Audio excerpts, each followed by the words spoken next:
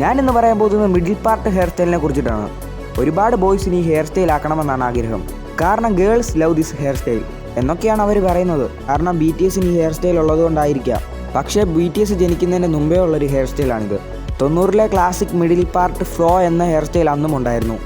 അന്ന് ഈ hair style അത്ര പോപ്പുലർ ആയില്ല. കഴിഞ്ഞ വർഷം കൊറിയയിലും ബോളിവുഡിലും ഒക്കെ ഈ ഹെയർ സ്റ്റൈൽ ട്രെൻഡിങ് ആവാൻ തുടങ്ങി.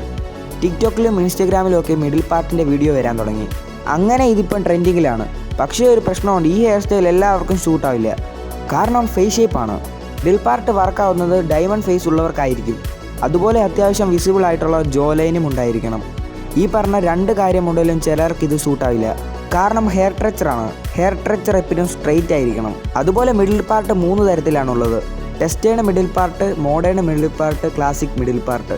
ടെസ്റ്റേൽ മിഡിൽ പാർട്ട് എന്നുള്ളത് മുടി 2 സൈഡിലേക്കും ഒരുപോലെ ഇട്ടതിന് ശേഷം ഹീറ്റ് ചെയ്ത് സെറ്റ് ചെയ്യാവുന്നതാണ്. അതുപോലെ മുടി അങ്ങോട്ടും ഇങ്ങോട്ടും പോകാതിരിക്കാനായിട്ട് ഹെയർ പ്രൊഡക്ട്സ് ഒക്കെ യൂസ് ചെയ്യാവുന്നതാണ്.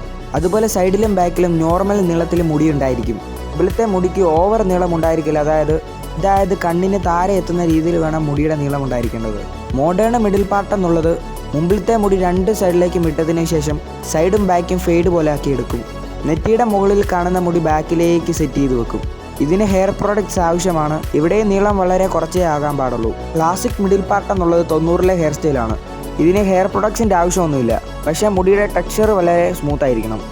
നമ്മളൊരു ഭാഗത്തേക്ക് ചീപ്പ് സെറ്റ് ചെയ്ത് വെച്ചാൽ അതുപോലെ തന്നെ ഇരിക്കണം. അതുകൊണ്ട് നിങ്ങൾ കണ്ടിട്ടുണ്ടാവും പണ്ടുള്ള ബോളിവുഡ് മൂവീസിലെ ആക്ടേഴ്സിൻ്റെ ഹെയർ സ്റ്റൈല്. അവരെപ്പോഴും കൈകൊണ്ട് മുടിയിലൊക്കെ പിടിക്കും. പക്ഷേ എന്നിട്ടും മുടി ഒരു ഭാഗത്തേക്ക് സെറ്റ് ആയിരിക്കുന്ന കാണാം. വളരെ നല്ല ടെക്സ്ചർ ആയതുകൊണ്ടാണ് അങ്ങനെ കാണുന്നത്.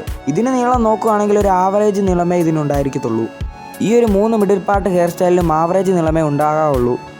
നീളം ഒരുപാടാകുവാണെങ്കിൽ അത് വുൾഫ് കട്ടാകും. ഇപ്പോൾ ഇതിൻ്റെ ട്യൂട്ടോറിയൽ എങ്ങനെയുണ്ടെന്ന് നോക്കാം. ഇത് നമ്മൾ 2 രീതിയിൽ ചെയ്യാൻ സാധിച്ചു. ആദ്യമേ മുടി നല്ലപോലെ നനച്ചതിന് ശേഷം ഇവനായി ബാക്കിലേക്ക് ചീപ്പി സെറ്റാക്കി വെക്കുക. അതിനുശേഷം ഒരു ബോ ഉപയോഗിച്ച് മുകൾ ഭാഗം കറക്റ്റ് ചെയ്യുക. അതിനുശേഷം 2 ഭാഗത്തെ മുടി താഴേക്ക് ഇട്ടതിന് ശേഷം ഹീറ്റർ യൂസ് ചെയ്ത് ചീപ്പിക്കൊണ്ട് വരിക.